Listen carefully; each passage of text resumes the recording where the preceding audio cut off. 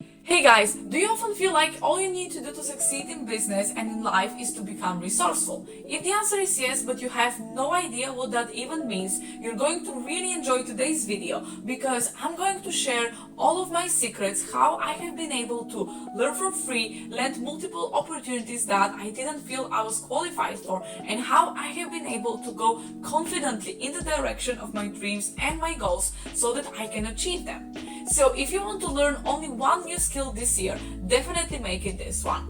Without further ado, let's get into the 4 tips of how you can become more resourceful today. Tip number 1 is to make a list of all of your qualifications and skills. And no, this is not something that you only have to do when you're making a new CV. One of the best ways to land new opportunities is to actually be aware of what you are good at. When you're making your list, definitely start with things such as languages or software that you can use, but also include all of your soft skills and really describe them. Something like explaining things to other people or making sense of really complex information. By knowing what you're good at, when a new opportunity shows up, your brain is actually going to be able to connect the dots on its own and show you that you're actually qualified to apply for it. And let me give you an example. When I was in my 4th year, I got a message from one of my professors saying that he's looking for a tutor for one of his courses. My first reaction was literally, oh my god, I'm not very good at this course. But then I remembered about the list of all my skills and what I actually enjoyed doing.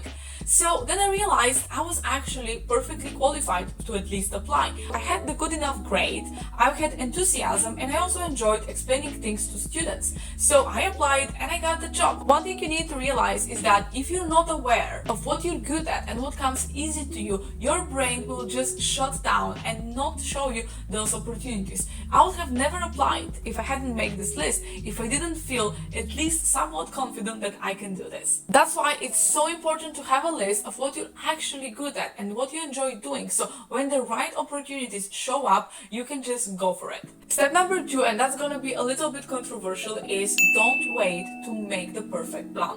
Now, this is something that if you're a perfectionist, you definitely love making plans, and you can try to even just map every single step of the way. While I do agree having kind of a rough idea of how things are going to go is really useful, there is one thing that I also forget sometimes. You don't know what you don't know. And again, let me give you an example. If you've ever watched the show Nailed It on Netflix, and if you haven't, I totally recommend it, it's absolutely hilarious. It's a very, very good example of what I'm trying to say. You see people starting to bake a cake only to find out that they literally have no idea about half of the ingredients or how to decorate the cake. By taking the first steps, such as reading the recipe and trying to make it, they usually encounter words such as fondant that they never even realized existed. All I'm trying to say is that they were absolutely not aware of what they didn't know and what they had to learn before they wanted to make the cake. So the only way to fill in the gaps in your plan is not through thinking, but through actually taking action. It's the only way to realize what you don't know so that you can literally make mistakes and learn on the spot. Tip number 3, and please don't get offended, is to just Google the damn thing. You'll actually be surprised how many things can be figured out with the mighty power of Google. One thing that I absolutely loved hearing from Gary Vee is that he said, we have the world at our fingertips, we live in the best possible time. And that's why I sometimes feel like people get so discouraged when they can't find the answer within 15 seconds and they just give up. Learning how to find the answers to your questions is a skill that can actually make you more resourceful in 2 different ways. The first reason is that it's actually going to make you a better communicator. You know how sometimes when you search for something, you explain it in a very difficult and complicated way, right? And you kind of don't get the results that you expect. And then you just try to make it more and more simple and more clear until suddenly, wow, like you can find the answer to your problem. By getting better and more clear in explaining what your problem is, you're going to become a better communicator and learn how to use keywords to answer your questions faster, but also to formulate your thoughts much more clearly. Secondly, using Google actually can teach you so much about persistence, and as a fellow millennial, I can tell you this is something that most of us actually lack. Because I think there is so much help available online, sometimes we're just kind of lazy when we try to find the answer.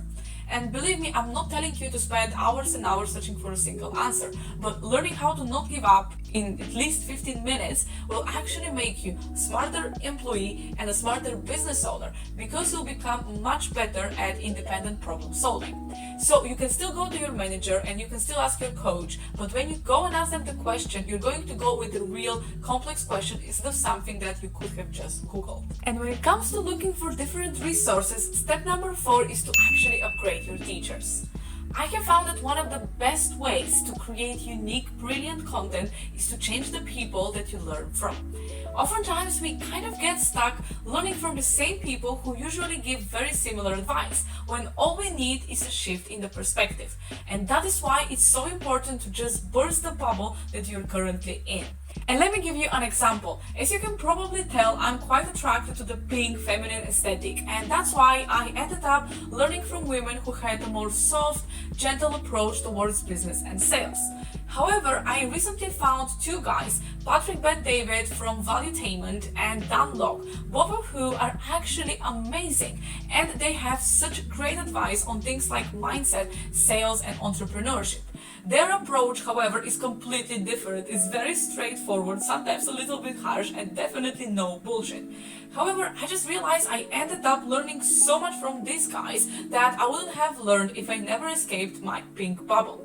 And that is why I would challenge you, the next time that YouTube recommends a video that you really don't like the thumbnail, but the topic sounds somewhat interesting, definitely give it a try. You literally never know what you're going to learn. And if you really want to make the most of the free resources available here on YouTube, you're really going to enjoy my next video, because I'm going to share with you the 7 best channels for entrepreneurs and anyone who wants to start a business. They're really going to help you to upgrade your mindset, social media, and entrepreneurship game. So if you enjoyed this video, please give it a thumbs up, subscribe below, and while you're waiting for my next video, why not check those 2 videos right here.